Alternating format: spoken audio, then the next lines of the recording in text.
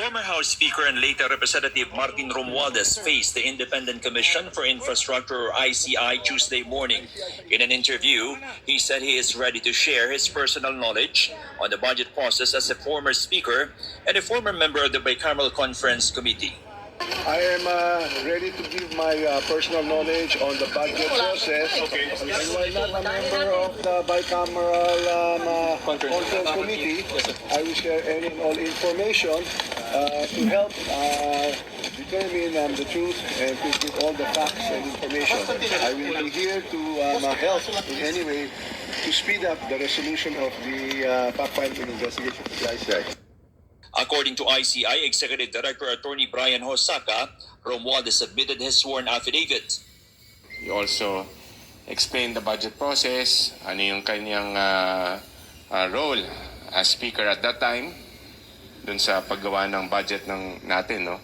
At the same time, he submitted an affidavit which he did this morning lang. No? Kaya ang ginawa ng commission after the hearing is he was invited back, so that questions will be asked pertaining to that affidavit. So babalik siya ulit next week. Hosaka also confirmed that Romualdez denied the allegations of a witness during the Senate Blue Ribbon Committee hearing that he received suitcases filled with money at his residence. It was asked, of course, and he denied it. Okay. Budget Siyempre, Secretary he Amina denied Pangandaman talaga. also attended Tuesday's hearing.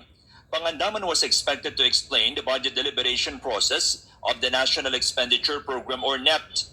Gusto malaman ng komisyon natin yung process ng NEP at paano ito nagiging at kung paano nagre-release ng budget. Yun ang explain natin ngayon together with yung ating mga senior officers ng ating DBM.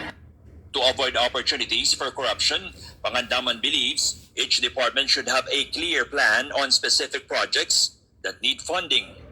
Yung insertions kasi hindi natin alam, di ba? Okay. Nanggagaling kasi yan sa mga departments. So sila ang nagpo-propose niyan sa DBM ng kanilang mga programa at saka mga proyekto. So siguro yung mga implementing agencies, they will have to really plan kung ano ba talaga yung mga proyekto na ipapasok nila. So kunyari like sa DPWH, talagang siguro mas magiging mabusisi yung top level kasi nanggagaling yan sa baba, di ba? Mas magiging mabusisi yung top level sa pag-identify ng mga proyekto na ipapasok nila, isasubmit nila sa DBM for their National Expenditure Program. The DBM chief said live streaming of every budget deliberation like what the Department of Public Works and Highways is doing now will help regain the trust of the public and promote transparency. Meanwhile, former Ako Bicol Party List Representative Zaldi Co, who remains out of the country, did not show up despite being issued a subpoena by the ICI. Hosaka says they are still considering their next steps on how to handle Co's case. The commission earlier said they may ask the courts for a contempt order and an arrest warrant against the resigned lawmaker. Co has repeatedly denied the allegations. Malacanang, for its part, appealed for calm amid growing public frustration over the supposed low pace of investigations. Si Palingkira. The appeals comes after a survey from Okta Research Group showed 60% of 1,500 respondents are angry over the flood control mess. Kalma lang. Muli. Hindi po kasi ito nadadaan sa agad-agaran. Ano po ba ang mas hindi nyo tatanggapin? Nakapagsampa ng maraming kaso, pero na-dismiss po lahat dahil hindi hinog at kulang ang ebidensya. The Presidential Palace is also leaving it up to the Justice Department to determine whether the former House Speaker qualifies as a state witness in the flood control scandal. Depende State po sa witness, kanyang magiging salaysay at State kung witness ano po ang ang mastermind? kanyang mailalahad. At depende na po rin yan sa Department of Justice kung siya pa ay maituturing na isang state witness at ito naman po ay irerekomenda sa korte. But for Senator Amy Marcos, Romualdez does not fit the bill. Naman, bakit naman? Hindi naman po pwede. Ang sabi, yung most guilty at saka kung ano-ano ang requirements sa biging state witness. Ano po naman kayo? Ay, ang OA mo naman, Senator Amy. Ha? Bakit? Tama naman. Bakit naman gawin ng state witness si Romualdez? Ha? Na sila nga yung nasa itaas na dapat imbestigahan. Kasama si Marcos Jr.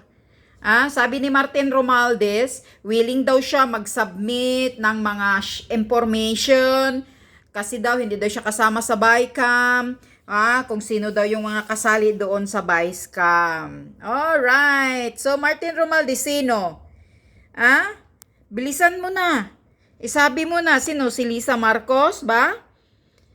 Pero hindi mo ma-deny itong mga nag-witness na si Gutisa ng Marines. Na mismo siya. Nakikita niya na nagdi-deliver sila ng malita-malita na pera sa inyong dalawa ni Saldico at doon sa Malacanang daw. At sa'yo. Ay, naku, Martin Romualdez, yung kagaguhan mo, yung mga pinagsasabi mo dyan sa ICI, hindi kami mga ulul na katulad mo na maniniwala kung ano ang pinagsasabi mo. Siyempre, deny ka talaga. Hindi mo talaga aaminin. Pero ang katotohanan, isang tanong lang dyan Sino ba ang House Speaker sa representatives ng mga kawatan? Sino ba ang pumiperma sa huli? Di ba ikaw? Tapos isasubmit nyo doon kay Bangag. Si Bangag ang magperma sa huli. Martin? Kaya wag mo kaming ululin. Ibulgar nyo na ang katotohanan dahil gigil na ang mga taong bayan. Sarap nyo ng pagsusunugin yung mga pagmumukha ninyo. Mga wala kayong kwinta. Mga sinungaling kayong mga buayang kawatan. Mismo now, si Sara Duterte sa presko niya, sinasabi niya, imbestigahan ka sa listahan. Kasi nakalista doon kung sinong mga congressman ang tatanggap sa budget ng DepEd. Ano yan? Pasabog. Noong unang nangampanya kayo, natatandaan ko yung sinasabi ni Sara Duterte nang magkasama pa kayo sa unit team ng pagpangkampanya ninyo, mga hayop kayo.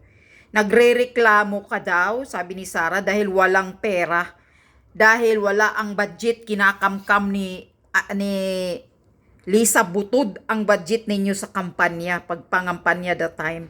So nagreklamo ka sa kanya na walang pera. Tapos ngayon, wow!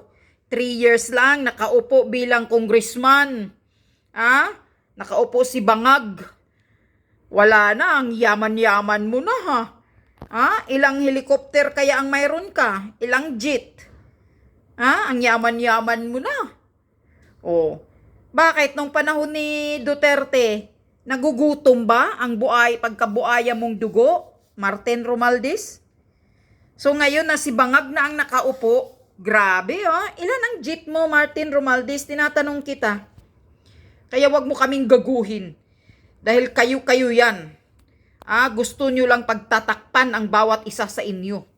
At itong si Bangag, na bumuo ng ICI, itigil mo yan, Bangag. Walang kwinta yan. Yung ICI mo. Gusto mo lang, Marcos Jr., maghugas kamay ka. Kaya kunyari, gumagawa ka ng ICI. Pero nung pag-upo mo palang bilang presidente noong 2022, bakit ina-abolish mo agad ang PACC? Yung Anti-Crime Commission na sila ni Greco Bilica. Noon, binuo yun ni former President Duterte para mayroong mag-imbestiga sa mga korupsyon sa mga nasa gobyerno. Agad-agad na pag-upo mo noon bilang Presidente Marcos Jr., yan agad ang tinanggal mo. Inabolish mo agad ang PACC. Bakit? Takot ka. Dahil talaga may motibo kayong magnakaw. Yan, mga kawatan. Kayong mga hayop kayo, mga putang ina ninyo. Sana kayo ang lindulin. Sana kayo ang hagupitin ng bagyo sa loob ng Malacanang at lahat hahampas sa pagmumukha ninyo. Kailan mo pa kaya, Lord, parusahan itong mga kawatang sinungaling? Putang ina. Wala na tayong mapupuntahan ang Pilipinas. Sabi pa nga ni Sara Duterte, Philippines will going to hell. Tama, papunta na sa impyerno ang Pilipinas. Yan ang katotohanan.